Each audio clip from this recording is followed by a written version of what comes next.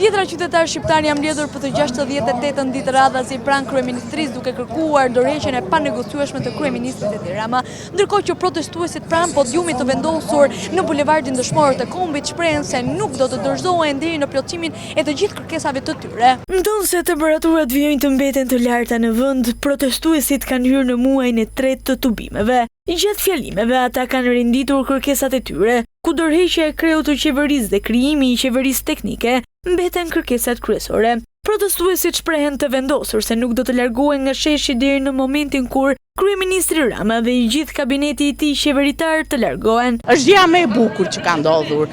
Do me thënë shqyr që shqiptarët u zgjuan kundër korrupsionit për të mbrojtur drejtat e tyre kushtetuese. Jemi shpresplot, kemi ardhur që ditën e dytë dhe ndjekim rregullisht. Bravo Rimia, shpresën e kemi te Rimia.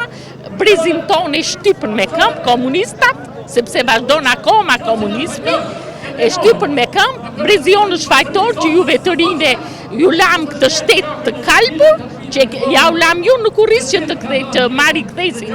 Ky shtet i shpifur, ky shtet i pangopur, hajdut të korruptuar, kur janë ndetur më maskaren në krye, dhe na vjen shumë keq dhe jemi borxhli Rimis. E keqja e Shqipërisë, e keqja gjithë shqiptarëve e ka bazën të kjo zyrë, të kjo objekt. Vapa mund të na lodh, por vendosmëria jonë është më e madhe se çdo pengesë. Jemi më krenar se kurrë dhe më të vendosur se kurrë.